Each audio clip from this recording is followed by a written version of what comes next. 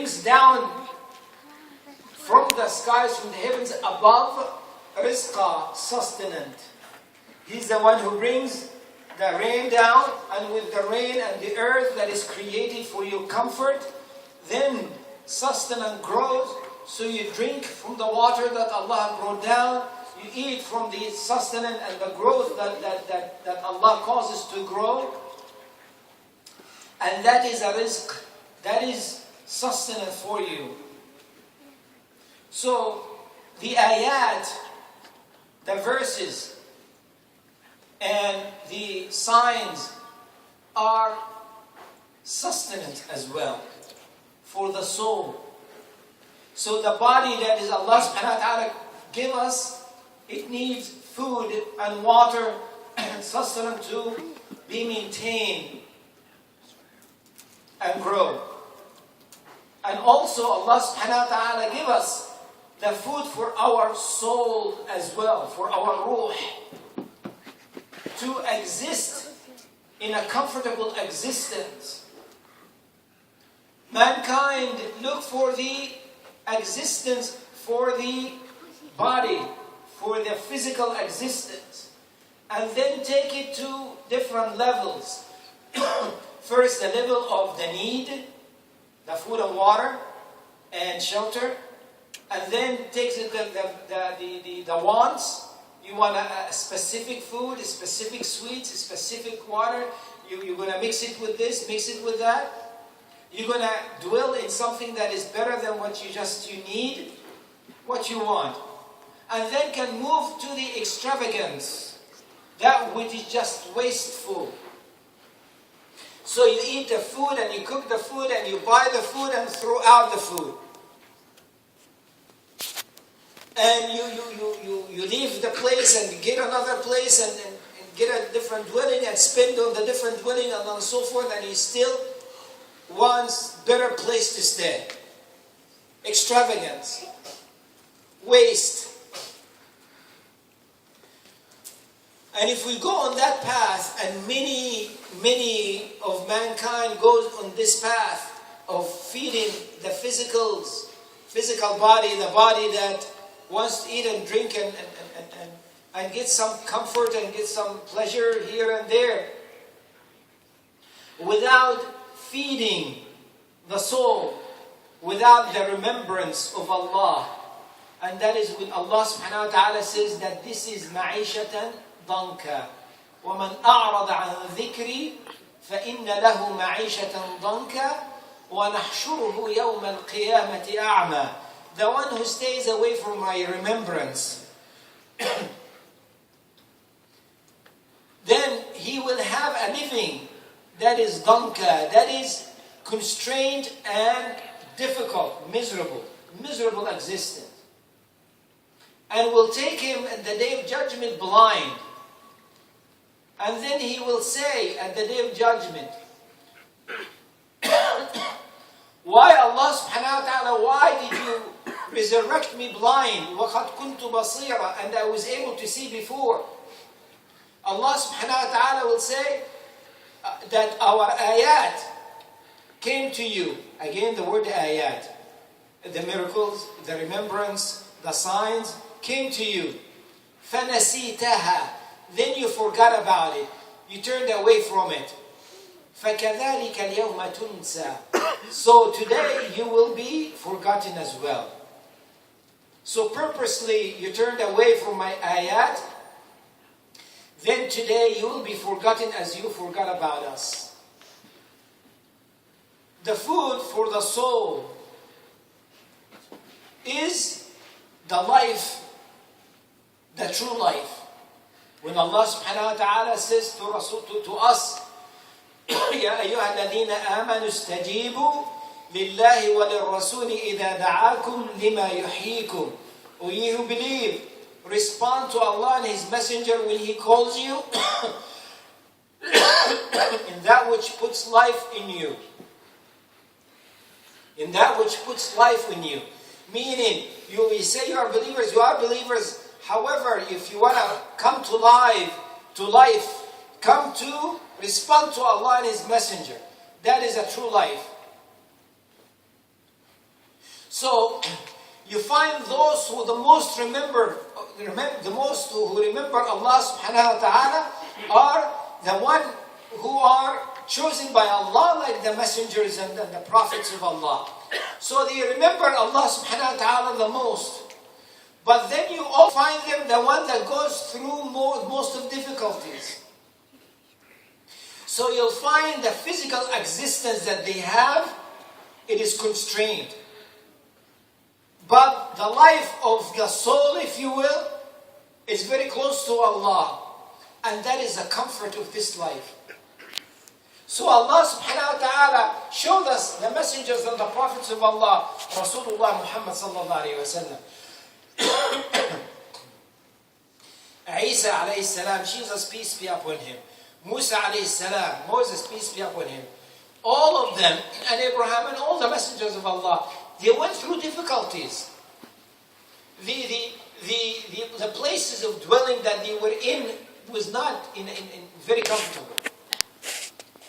The sustenance that they were getting was not very substantial, meaning so high or so much.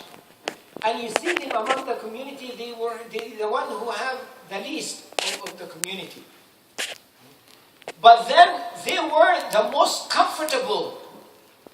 They had the most comfortable existence more than anyone at their time. Why? Because they were the closest to Allah subhanahu wa ta'ala. This past week, it was all over the news that someone who's celebrity, if you will, and so forth, actor, this and that, he took his own life. Okay? And the one who takes his own life had a ma'ishatan danka. Okay? Meaning that the existence, it could not exist anymore. Okay? The existence is unbearable. Okay? So, what happened? Meaning, is it because of the physical existence was constrained, or the spiritual existence was starving? See? Everyone, all civilizations, they would like to bottle, like they bottle every concept and so forth, bottle happiness. What is happiness? Okay? So if you know what is happiness, or what is success, because success will bring you happiness, therefore you can go after it to get it, because you have a formula now. So, success, who is successful, and the way of the human being, they look at success, measure it with the physical existence. So the one who has the most is the most successful. So therefore, let us talk with them and see how success feels, and how a person became successful. So they go to that who is the most successful, meaning the one who has the most, of wealth, and ask, how does it feel to be successful? They say, we do not consider ourselves successful because we're not happy. And we thought success will give us happiness. We're not happy because we did not make a difference in the lives of people. And we want to make a difference in the life of people. In the life of people, maybe this will bring us success, or consider to be successful, so we'll be happy. So they go to someone now who is successful, meaning have a lot of wealth, and also maybe invented an invention, maybe, did something that made a difference in the lives of people. And they ask, why? How does it feel to become successful? They say, we're not quite happy, we don't consider ourselves successful. Why? Because I don't have many friends. I do not have acquaintances. I do not have people who love me and I love. So now they go to someone who has a lot of wealth, who has made a difference in the life of people, who has family and friends and so forth. They say, now you are the one, tell us what is the meaning of success? Because now you are the one who seems to fit in this formula. And they say, well, yeah, maybe, but I'm not quite happy. Why? At the end, about everyone gives the same answer. It It's because of something that is empty right here. Something is empty right here. What does that mean? It means the soul is not nourished. The soul is starving. The soul is aching. The soul is aching, yearning to get to know Allah, yearning to find out the way to worship. So a person goes into depression, goes into the drugs, goes into alcohol, goes in whatever it is, and finally they reach a point there is no need for existence anymore. They give up, and they don't know what the path is. You find the prophets and the messengers of Allah, they are the one who makes a difference in the life of people, in the life of humanity. They are the people, the ones who are loved the most from anyone around, because they have the best of behavior. You see these qualities of success with them. Except the first one that everybody else think it is a point in to be successful is to have a lot of wealth. No, they didn't have a lot of wealth. We talked about before about the Maslow pyramid, that which is the Western kind of idea of enlightenment. Okay, what is enlightenment? He says that mankind needs certain needs first. He needs a place to stay, a dwelling. And once he gets the safety of the dwelling, he needs the safety of the rizq, the sustenance. Now when he gets the sustenance, now he needs the safety of community, peace. So he will have, be able to move around and so forth in peace. So he's safe as an individual, as a community. He has a place to stay. He has food to eat. Now he can recline and think. And think in a way of enlightenment. Say, where did we come from? What life is about? Where we are going? And so forth. But you find in the lives of the prophets and the life of the companions of the Prophet, especially Rasulullah sallallahu alaihi wasallam, you find this pyramid inverted, upside down. Why? Because the enlightenment is not that. It is not. Enlightenment is number one, not the last. Despite if you lose everything in the pyramid, that is true enlightenment.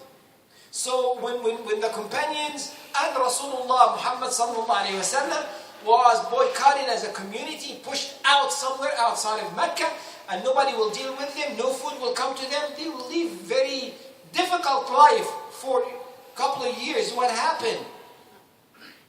They have no safety in the community. They have no dwelling to stay in. They living in the open, in tents or whatever it is. And basically they do not even have the basic food that they could consume, to the point one companion says, I was walking at night and I stepped on something soft. I took it and I ate it, and until today I don't know what I ate, because of the difficulties that they had. But they were the most enlightened. Why? Because Rasulullah Muhammad sallallahu alaihi wasallam was among them. Revelation was coming. Getting to know about Allah, who is Allah. Getting to know about what this life is about. Getting to know what the hereafter is.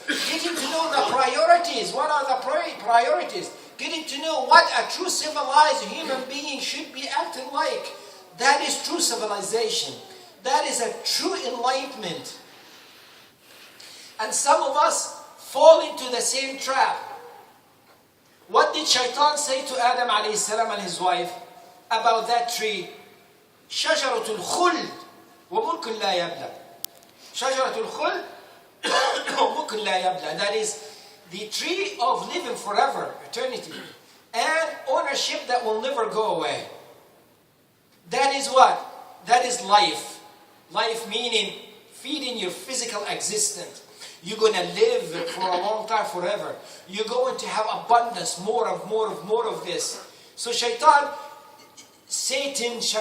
is trying to get us to go in the path of feeding our physical existence and starving our soul and reaching us or taking us to this ma'isha that is danka, that is life that is so constrained and is so miserable. And Allah subhanahu wa ta'ala call us to easiness. Call us to the life of being conscious of Allah. Call us to a life that is a comfortable, the life that has rida in it, has a pleasure in it, has satisfaction. As one companion was asked, is Allah pleased with me? And he said, I don't know, but if you are pleased with Allah, Allah will be pleased with you.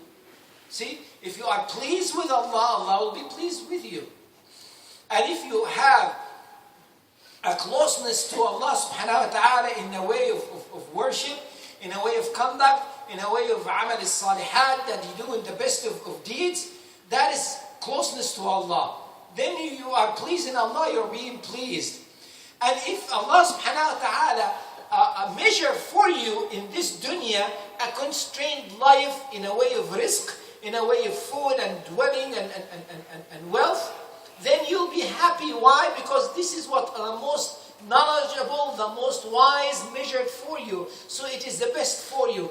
Therefore, you still a way of existence, okay? That is that one understand and feel in their heart that I am satisfied. Allah is my Lord. I am pleased that Rasulullah sallallahu alaihi wasallam is my messenger. And Rasulullah sallallahu told us, he who is pleased with this, he will taste the sweetness of Iman. See, here is Rasulullah sallallahu alaihi wasallam tell us about the condition that you are in, being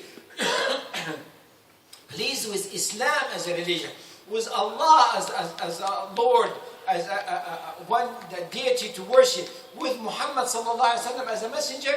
Rasulullah sallallahu alaihi wasallam said, when you are pleased with this, then this is the true taste of Iman, the sweetness of Iman, sweetness of belief. Here is Rasulullah sallallahu alaihi wasallam tell us that this has a taste to it. Refer to it as something physical that you taste. Of course it is not, but it is a feeling of satisfaction versus someone that literally want to eat something that is good, eat something that is sophisticated, live in something is this, drive something that, and so on and so forth. So Allah subhanahu wa ta'ala, as we said last week, told Adam alayhi salam and his wife that you do eat from all of this. This is the do. That's what you can do. And you do not get near the tree. That's what you do not. Okay, the do's and don'ts. Now we have it in our lives, what you could do, what you should not do. And what is taqwa, what is to be conscious of Allah, is when you are never missed where you should be, and never found where you shouldn't be, that is taqwa, that is being conscious of Allah. When you should be in a place or in an action as an obligatory action at certain time, when someone is in need, when it's time for prayer, when it's time for fasting, it's time to give charity, it is time to take care of the needy, it's time to take care of your children, your wife, your husband, it's time to behave the best behavior. When you are always found where you should be, and also you should never be found where you shouldn't be, and we all know where you should not be, in a way of physically places that you should not go, and also situation you should not put yourself in, and also a state of the heart and mind should not be thinking about, and so forth. In between all of this, meaning we are always trying to be patient in doing what is right, and being patient in away from that which is wrong, and being patient in what Allah subhanahu wa ta'ala put us through. Again, this is the struggle that we all have. الصبر على المأمور والصبر عن المحظور والصبر على المقدور. That Allah subhanahu wa ta'ala tell us to be patient and hold on and persevere. You're going to be given commands, and being patient and persevering and keep pushing and follow the commands. Don't give up, keep going. And you're going to be told not to do, and you need to work and stay away from that which you told not to do. Be patient in that. And then without you have any matters happens to us without having anything to do with it ourselves. That you go through, Allah subhanahu wa ta'ala put you through events and matters that you just happen to fall sick, happen to lose a loved one, happen to whatever it is, things that happen to you, you have nothing to do with it, you be patient in that. And once we are going back and forth, working in all of this, and looking at this life as a tool that we use, not a goal in itself.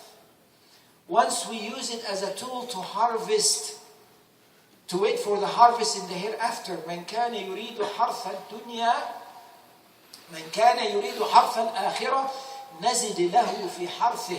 He who wants the harvest of the hereafter, we will increase his harvest. ومن كان يريد حرث الدنيا نؤته منها وما له في الآخرة من نصيب. And the one who needs the harvest of this life, we will give him from it, Allah subhanahu wa ta'ala saying. We will give him from it. However, he has no share in the hereafter. So we deal with this life, with this dunya, with this existence. As we put in the seed in it to harvest today or in our lifetime, Allah subhanahu wa ta'ala is just and will give us the harvest in this life. But in the hereafter, you'll have all the harvest that was done, and you have no share in the hereafter. But the one who uses this dunya, uses it, then it will serve him. See, as Ali radiallahu anhu says, he who used this dunya, used this life, it will serve him. And he who serves it, it will abuse him. He who serves this life, meaning put this life as a goal within itself, he will be abused. He'll be abused so much that they might take their own lives. They'll be abused so much that they might have all they possibly could need of anything. But the void in their soul will be there that they cannot stand existence. What is taking drugs is to subdue that feeling of void in oneself, to subdue that feeling of misery, the hayat that is dunkar. And when it cannot be subdued, then one takes more and more until they call it overdose. Meaning there is there is a limit that you cannot go, it's impossible that you could feel pleasure after that. It is done. A human being will be a dead person who's walking. Ya ayyuha alladhina amanu istajibu. O you who believe, respond. Respond to Allah and His Messenger when He gives you life. Without this life, you'll be walking and talking and living, but you'll be dead. أقول قولي هذا واستغفر الله لي ولكم فادعوه يستجب. لله رب العالمين والصلاة والسلام على أشرف المرسلين ورحمة الله للعالمين سيدنا محمد وعلى آله وصحبه ومن تبعه إلى يوم الدين ما بعد. After Allah subhanahu wa ta'ala tell us about the food for our soul that Allah gives us, and the food for our physical existence, for the body that Allah gives us. Allah subhanahu wa ta'ala says, now call on Allah. Call on Allah. مُخْلِصِينَ لَهُ الدِّينَ. Be sincere in this deen, in this religion, in this path, in this da'wah, in this call. وَلَوْ كَرِهَ الْكَافِرُونَ. Even though those who are disbelievers will hate it. See, Allah subhanahu wa ta'ala here is telling us that now your job is to call for this deen, to live it, and call and appear as a Muslim. Act like a Muslim. Say you're a Muslim. Should not be ashamed you're a Muslim. And when you do so, there are some who will criticize you. Some will hate it. Some will put you down. But do not stop. Do not stop. The path of Allah, when one is in it, dignity will be given to them. Because the dignity is given by Allah. If we try to take dignity or achieve it through any other source, all we're going to get is humiliation. Allah subhanahu wa ta'ala has given us the best of path to mankind, for ourselves, our neighbors, wherever we go, we take this way that makes a difference in our lives and the lives of others. Rasulullah sallallahu alaihi wasallam, he is the one that still making a difference in the lives of people, and it will be a difference that going on until the day of judgment. He's the one who loves us so much and looked at the time when he's living at every human being he met as a potential person to enter paradise, a potential person, a potential Muslim. So he will submit to Allah like all messengers are prophets before, so he will enter Jannah. He's the one that when he is going to be resurrected, he will say, Ummati, Ummati, my people, still looking forward to meet us. And we should be looking forward to meet him, sallallahu alayhi wa sallam. That is true life. Our youth, our youngsters are drawn into this world, the world of abundance, false abundance, an empty word of abundance, of more of this and more of that. And we try to call them into the world of abundance of relationship with Allah, to true life. And that will happen only with a community. Only with a community. Not just as individuals. We need to show and live this life between us and show it to others. A life that is Allah subhanahu wa ta'ala is pleased with. A life will be a magnet for everyone and every group and every existent, that this is the comfort of this life and the hereafter. إن الله وملائكته يصلون على النبي يا أيها الذين آمنوا صلوا عليه وسلموا تسليما. اللهم صل وسلم وبارك على نبينا محمد وعلى آله وصحبه ومن تبعه إلى يوم الدين.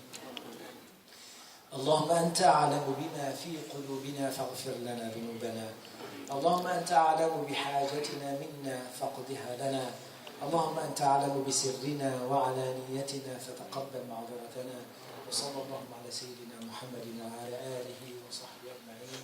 وقولوا إلى الصلاة والحمد لله.